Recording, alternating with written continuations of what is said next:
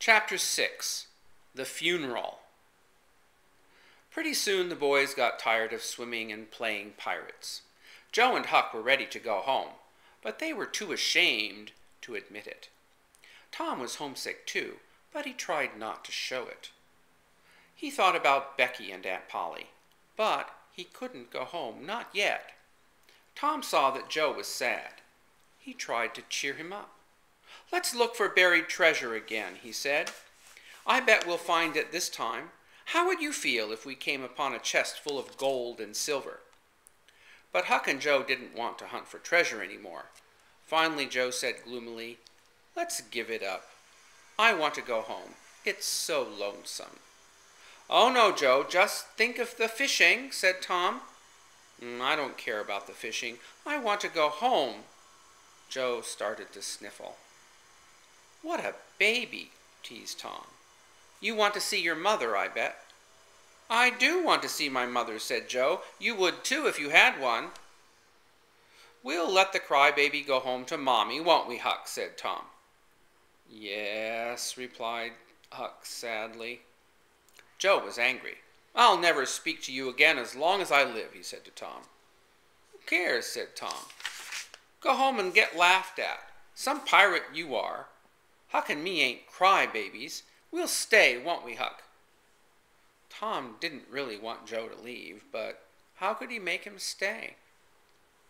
"I want to go home too, Tom," said Huck. "It was getting so lonesome with just the three of us. Now it will be worse. Let's go too, Tom." Huck put his hat on. He was ready to leave.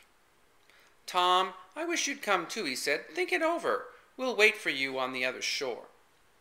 "Wait forever if you want to," replied Tom. "You can all go if you want to, but I'm staying." Joe and Huck started to leave. Tom wanted to join them, but his pride wouldn't let him. He ran after them, shouting, Wait, I want to tell you something." Tom told his friends about his idea.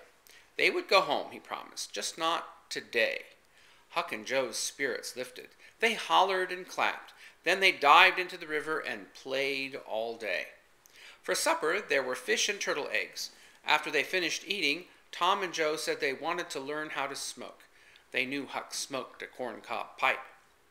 Huck took out his pipe and filled it with tobacco. He took a puff and passed it around. Tom and Joe copied Huck. They held the pipe the way he did. They puffed the way he did. "I think I could smoke a pipe all day," Joe said feebly. "I don't feel sick."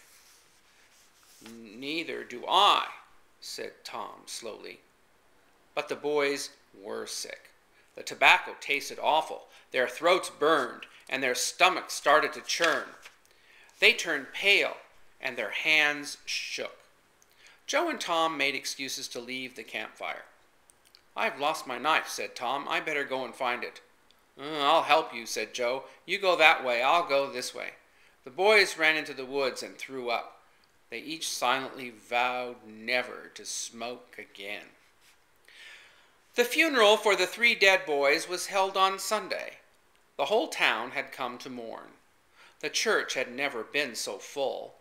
A group of boys and girls sat in one corner of the church. They all knew Tom and Joe. They were sad, but Becky was the saddest of all. Becky wished she had forgiven Tom.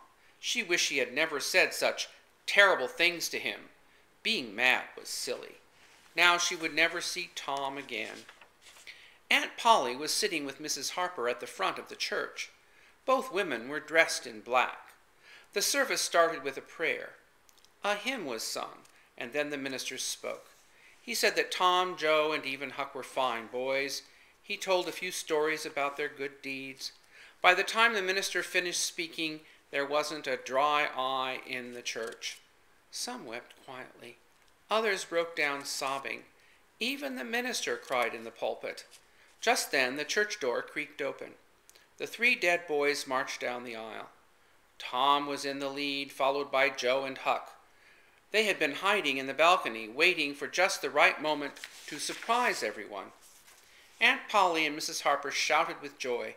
They smothered Tom and Joe with kisses. Then Aunt Polly grabbed Huck and smothered him with kisses too. The minister announced a hymn of thanksgiving. Everyone was so glad the boys were alive.